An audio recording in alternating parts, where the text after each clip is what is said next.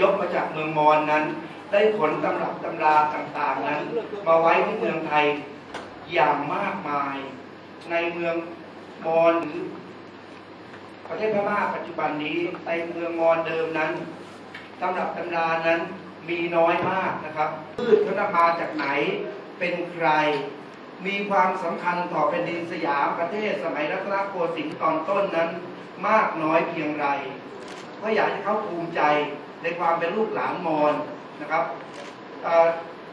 ผมก็ขอเริ่มเลยนะครับคือการที่มอญอพยพเข้ามาเมืองไทยนั้นอพยพกันเข้ามาหลายยุคหลายสมัยตั้งแต่สมัยพระนเรศวรมหาราชแล้วนะครับยุคพระพญาเกียรติพญารามที่2แต่จริงๆแล้วเพื่อผมค้นฟ้าไปนั้นปรากฏว่าไม่ได้จบสิ้นสมัยรัชกาลที่2นะครับมอญเมืองมอญลำเลิงมอญตะมะเมืองทวายเมืองตะนาวสีนั้นยังอพยพมาเรื่อยๆจนกระทั่งเป็นแม่ทัพในกองเป็นกรมอาสาสมัครบ้างเป็นกรมด้านทองบ้างเป็นผู้ว่าราชการเมืองบ้างผู้ว่าราชการเมืองเหล่านี้มีหน้าที่เป็นผู้ดูแลต่างประเทศพระกันของพระเจ้าอยู่หัวตั้งแต่สมัยรัชกาลที่1นะครับถามว่ามอญ7หัวเมืองนี้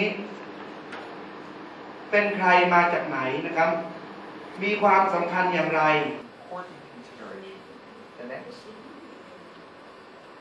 Now another second important consideration is an ethnic one, and we know from inscriptions here in Thailand, Nakhon Phanom, throughout the lower Thailand, we have a great evidence for Hmong's inscriptional evidence, 7th, 8th century inscriptional evidence that Peter Skillet has worked on extensively.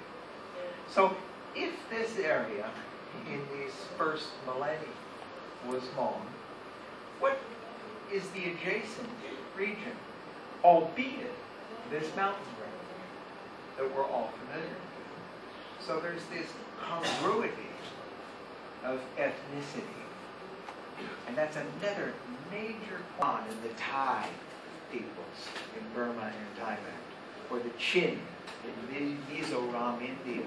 These are borders with mountains, with contiguous populations, with the same ethnicity, or at least the same linguistic base. And so this is an argument that I think has been completely ignored in this, which I think needs to be addressed. And the next. So we need to inhabit Lower Burma with the Pew, for this Pew paradigm to become evolved. This is from Mist, and I want you to just focus on the last, let's see, my little laser pointer, on the last sentence here. And this is, thanks. On the last sentence. So the Pew, they've been centered. But in Janice's book, there's no suggestion of the Pew south of Sri Kshetra. So that footnote doesn't really belong to that argument.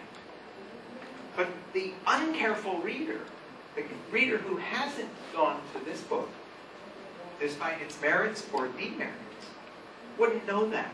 This is one of the first tricks that the author plays with the reader. Oh, the Tweety bird. I'm sorry, I couldn't resist Tweety. My wife told me not to put this in, but I couldn't resist. Okay. Now the second problem, this is Sri Kshetra. The second problem with the Pew millennium is there are no Pew inscriptions found south of Sri Kshetra. Now that should be a big red flag. Why are there no Pew inscriptions? Well, it still could mean there are Pew running around down there, but it's a probative probative evidence. And the next, immediately, this little line, the next from Pegu to Motama. So Pegu all the way down to Motama. And let's go back, if you can reverse. And so when you look at the big map of Burma, you say, if you're looking, and this is all first millennium coins, if you're looking for evidence of early culture in detail, the next. And so when we examine it, and this was not only commented on by Dietrich Malo, who published this, but also Pam Gutman published a series of coins in the Journal of Siam Society, which I think she called Mon. Did you? No? But it was, yeah, it was a South. Michael used this dissertation. I think it was because it posed problems that he couldn't explain. Think about it. If it were important, as I think we can all see that it was important, why not? I mean, he could say, well, the pew came down from Sri Kshetra in minted coins. He could have attempted an explanation, but didn't. Okay, the next. Let's go now to Thai-mon.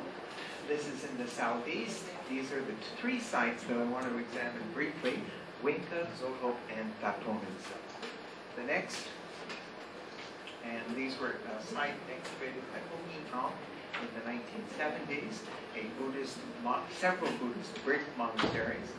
And the next is a site that is completely misinterpreted in mists. And I'm showing you these sites, these first millennium sites, in order to give you the range. Even Tweety. And the next. But there were tablets at Winka that were discovered, some inscribed, some not inscribed.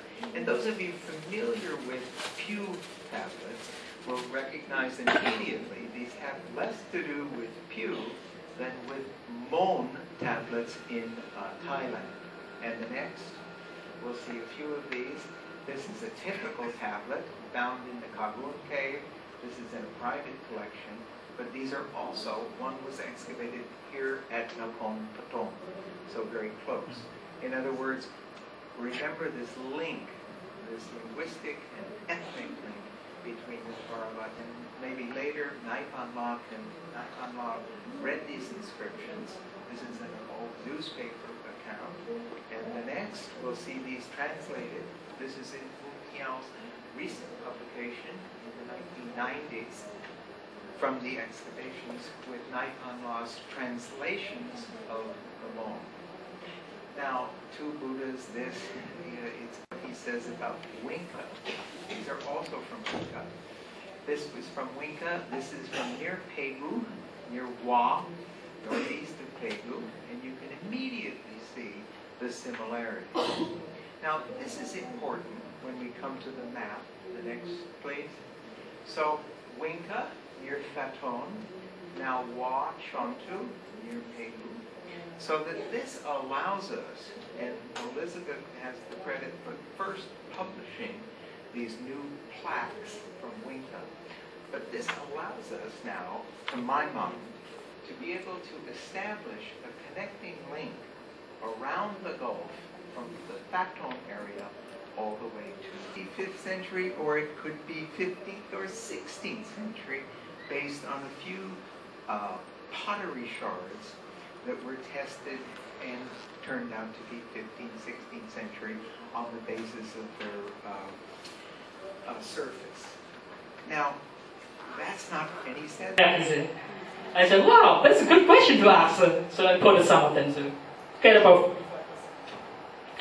And then so I'm going to, here's the result. The overall scale is, because a little bit low, but in the middle, like moderately high, because I include words in the word. If I ask question only limited to Burma, probably score much high. This one I'm also asked over the world, also in the Asia, so the score a little bit lower. It's about 1.9. So, and then for education, only education here shows significant. Only education level. Lower education level, they tend to be more nationalistic.